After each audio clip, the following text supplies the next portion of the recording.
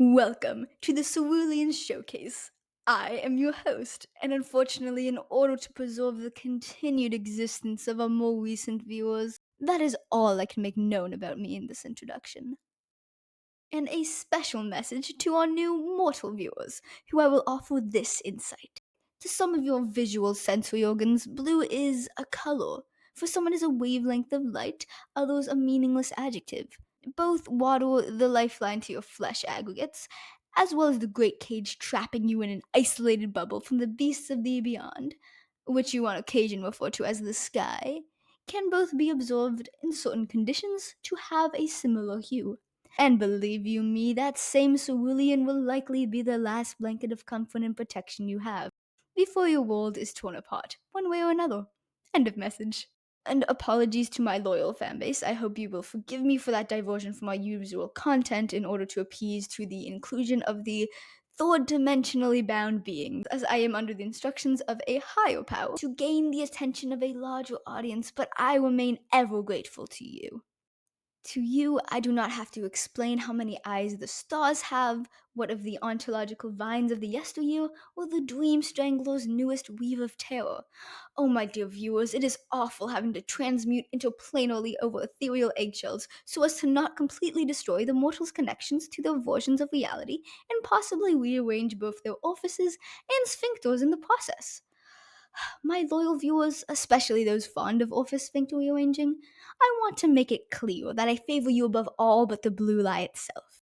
But alas, I must achieve satiation in one way or another.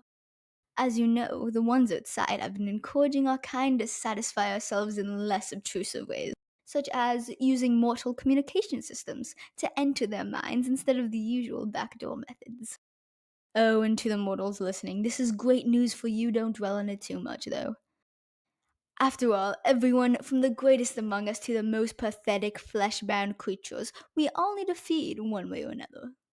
Now, we could continue to discuss the sprawling diversity of existence, but so as to avoid, how do they say, wasting time, let's get into the topic of this moment's episode, introducing whatever these things are. This image and audio is brought to you by our first conscious Orthian contributor. Give it up for whatever fleshy bipod recorded this.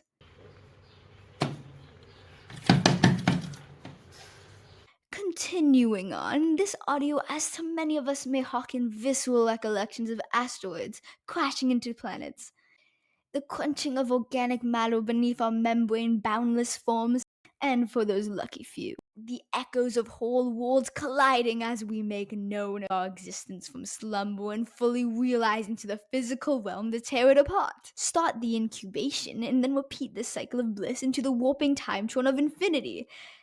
Unfortunately, this is not the case. This recording is actually the sound of boards pecking against a window.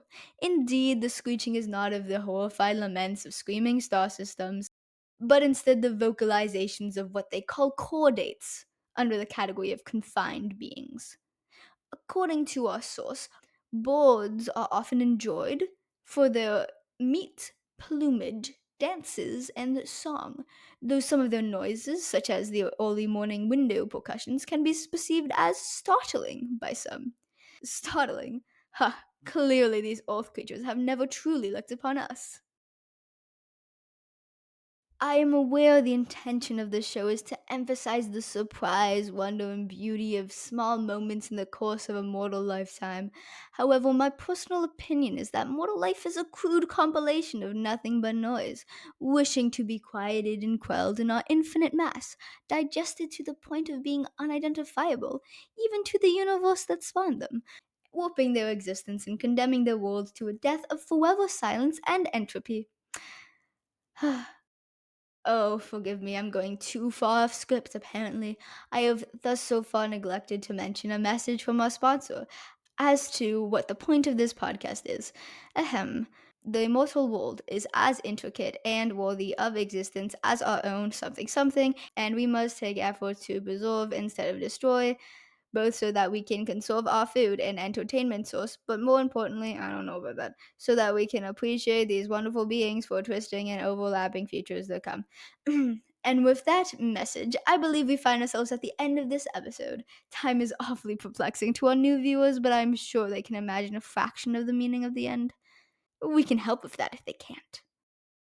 Farewell for never, my loyal viewers, as well as the new flesh-bound ones. I hope you feel welcome. And until the next perception of this podcast, this has always been the Cerulean Showcase.